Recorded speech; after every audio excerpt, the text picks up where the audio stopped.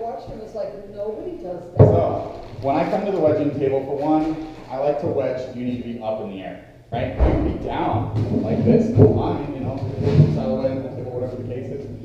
But when you do that, not everybody is as tall as me, so it's even up higher for you, okay? Elevate yourself as high as you can. Pull that thing out and utilize it, whether you're in this studio or in the back studio.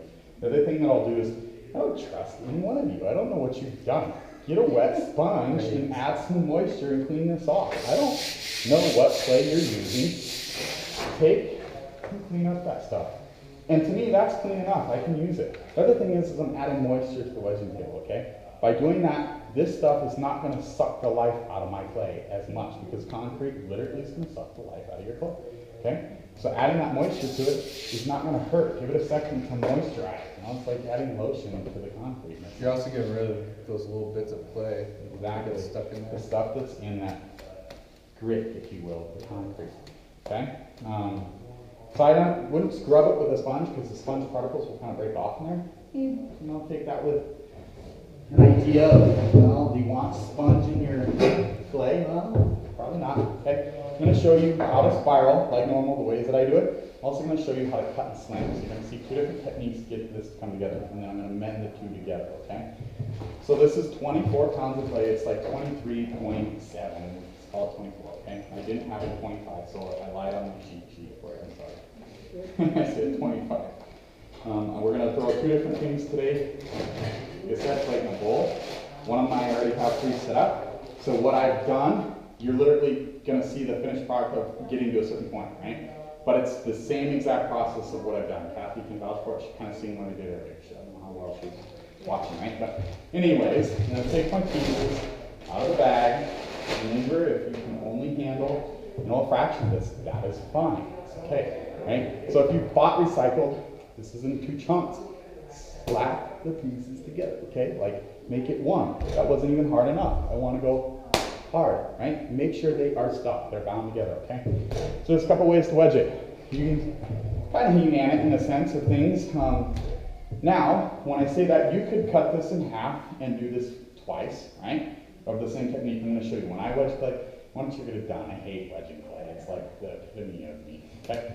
So I'm going to take my clay and get it into my motion, right? I'm going to do the conch shell, okay? Notice how I'm rocking my body. If you look behind me, I literally have like a dancing motion kind of happening, like I'm lunging at you, okay? I'm lunging at you. I'm not going to wedge this a bajillion times. About 25 times is plenty, okay? Because when I do that, I'm going to take this piece and wedge it 25 times also. Probably be about 32. You'll see why. And then I'm going to mend the two together, okay? Does anyone have any questions about how I'm doing this, right? If you use your body, like I'm doing, when you get above the table, that's why these stools are here, it's easy. You can actually just apply your body weight to it. If it's too much and you don't feel that you're in control of it, cut it in half and use a small amount of clay. And then slam the pieces together, like I'm going to show you connecting this one and this one. Okay? So, I'm going to finish doing this because I know that I'm capable of this. You have to be capable of doing a wedging, whether it's conch shell or the ram's horn. Wedge your pieces, okay? So, I don't know, it's probably 15. Right? So I'm getting it wedged in. Notice how I stopped at a certain point though, rocking. I'm just muscling the clay. I'm just used to it. If you don't want to fatigue your body, rock. Use your body motion. You won't get winded. Okay? So, that's one. The next one would be the good old cut and slam method. You guys are familiar with this, yes? Maybe, sort of? Yeah. Okay. This is going to be the one that's really easy to make yourself not get fatigued. It'd be really just kind of like, oh, that was easy. So, I have two pieces of clay, cut them in half. I don't care if you push it or pull it through the wire, whatever. Take your piece, the cut side goes down, okay? With that being said, slam it down. The problem with this technique, it's very easy to put air into your clay again, okay? So once you do that, make kind of a rounded surface. So what's going to happen is when this flat piece hits the round point is going to bevel out and the air is going to go out. If you have a concave area, you're going to have a problem. It's going to create an air bubble, right? So now that I have Like I said, an area like that, it's fine. Then take and make your connection point. Not perfect, but it works, okay? Now I have how many pieces of clay? One. Now I have one, but how many times did I cut it and wedge it? So I should have 4 pieces, right, that I've cut. So essentially that's 4 times of wedging a spiral, okay? Cut it and spin. Remember, that area goes down, okay? Create your little area, slam again.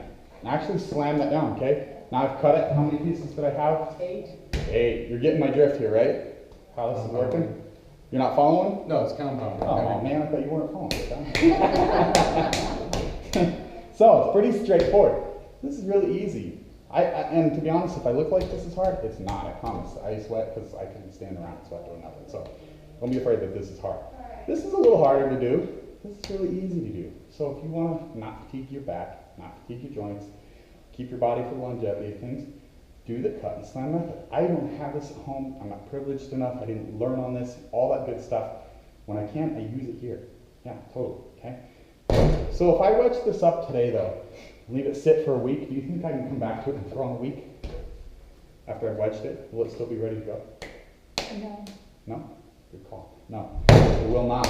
So, think of wedging your clay as working out. Yes, you're aligning all the molecules and all that fancy stuff. You guys are all familiar with that, right? All of how you're aligning the platelets should all be like second nature to you. Okay? What you're doing is you're doing the warm up for your clay. If you put the work in here, makes your work on the wheel about 50 times easier, to be honest. It really does. So wedge your clay. Promise you. Put that time in, and it'll tenfold you, okay? So, how many times is that? Let's try it, Kathy. 16. Man, okay. So, 16. Hey. So, cut it in half, 32 times, right? Notice how every time, though, I come back to it, I kind of create that rounded, humped area, okay? Like a hill. That way, when it hits, it pushes out the air. It doesn't track, okay? So, I'm going to come in and slap it down. Might have hit Scott, might have hit you, I don't know, anybody. Slap the clay down, make it become one, okay? Now from this point, so you get it so slap down, it actually sticks. It's okay to take your piece and, you know, use the table to create a block. Get the air out, push out. Now I had a little area right there where it looked like there was a hole. Don't just smash it down. Push the hole together in areas and it'll push the air out and it'll become one, okay? So now that I have that block of clay and this block of clay, I don't really want to wedge these two together as in like conch shell. That's a lot of freaking clay to move. Okay, so I have this one. It's in the shape I want. I have this one down, right, or a flat surface. Connect the two pieces. Okay, do that maybe twice. Make sure they're put together. Okay?